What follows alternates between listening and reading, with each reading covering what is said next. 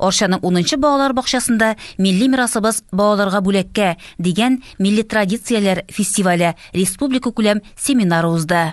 Ул «Минем илемнең бай мирасы» проектын тормышка ашыру кысаларында оештырылган. Әби-бабайларның бурычы милли мирасны саклап, киләчәк буынга тапшыру.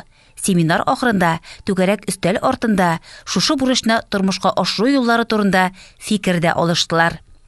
Соңгы 3-4 елда коллектив милли мирасыбызны балаларга җиткерү максатында зур эш алып бара.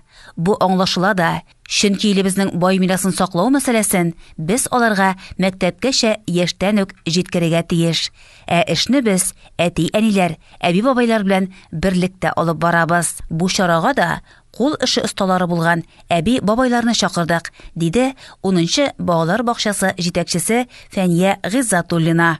Чыннан да, балалар бакчасына килеп керү белән миллилек, төрле милләт халыклары костюмнарын, ризыкларын, йолаларын чагылдырган күргәзмәләр, шушы темага кагылышлы бәйгеләрдә җиңүче тәрбиячеләр, балаларның уңышларын күрсәткән мактау кагазлары һәм татар халкының милли костюмнарыннан чарада чыгыш ясарга әзерләнеп йөрүче кызлар һәм малайлар, шулай ук тәрбиячеләр дә күзгә ташлана.